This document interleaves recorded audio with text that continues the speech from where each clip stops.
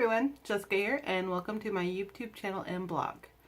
So today I thought I would try something a little different, and in the makeup community here on YouTube, there has been a lot of tags going around about Google picks my makeup, something along that term. I thought it would be fun to give that a shot in the card making world and see what I can come up with. So what you do is you go to Google search and then you type in your first initial of your first name and your first initial of your last name and then look. And then you go to images and the first picture that pops up is basically your inspiration photo. Alright, onto the card. So just real quick, this is my inspiration photo that Google picked out. And I really like the different colors that are in this photo and the triangles of it. So that is basically what I'm going to be using for my card today. I didn't have any triangle stencils. I know there's a few really good ones out there, and I don't have any triangle dies. So what I'm going to do is actually make my own triangle stencils out of stencil material that I've had laying around forever. I'm doing that with my T ruler. I first just draw so I'm keeping this really easy. What I'm doing is just using a Sharpie pen and my T ruler.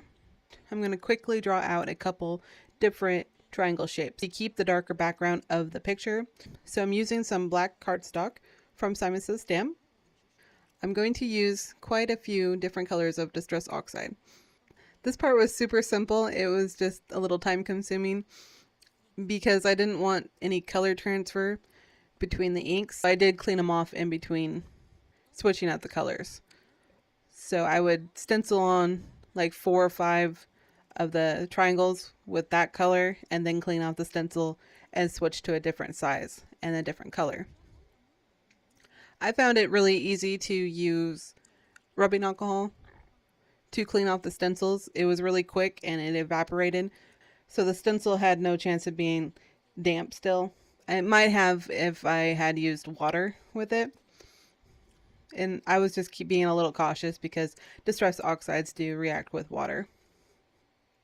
I'm using a Post-it note to help keep the stencil stuck to the paper and to keep my fingers from getting too inky and causing smudges.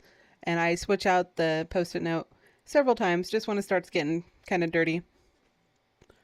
The good thing is, though, if you do get a smudge with the Distress Oxides, you can just stencil right over that smudge because these overlap so well.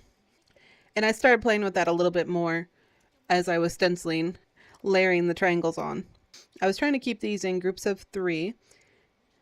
It reminds me right now of like a 90s wallpaper or something you'd see from like Saved by the Bell, or it looks very 90s to me right now, like a 90s clothing pattern or something. And these inks do go on pretty vibrant. They do dry down a bit softer though, so the end result isn't quite as vibrant. I wish it would have kept some more of that vibrancy, but the end result is still quite pretty.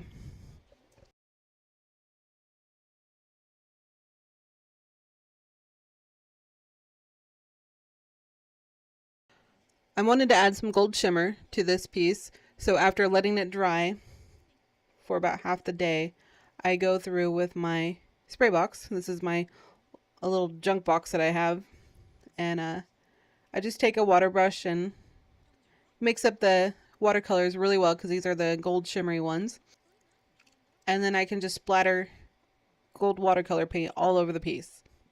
I also go through and add some larger dots where I think it needed it.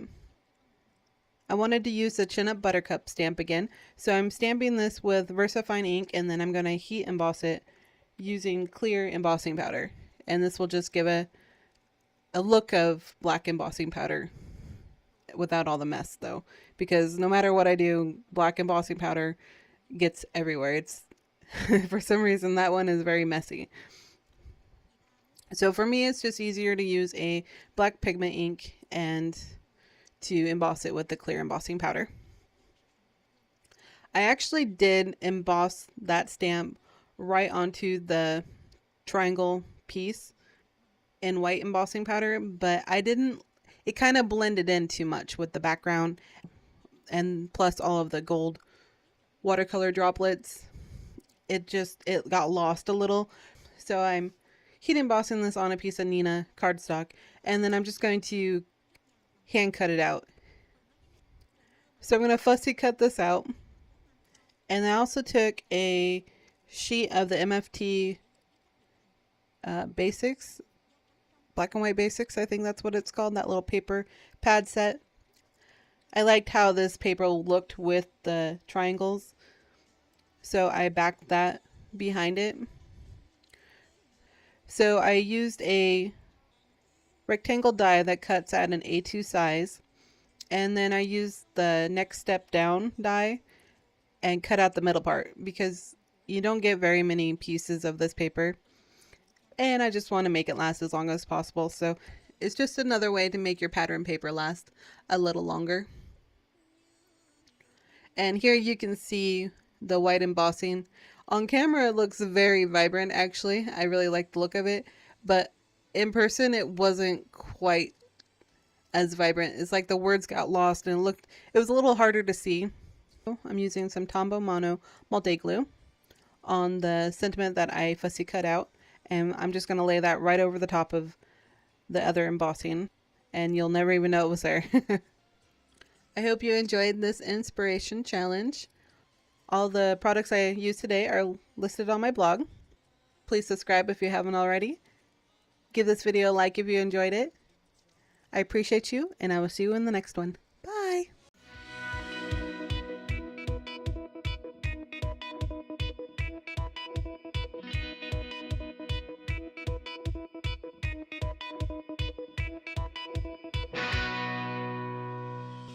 Meh, meh.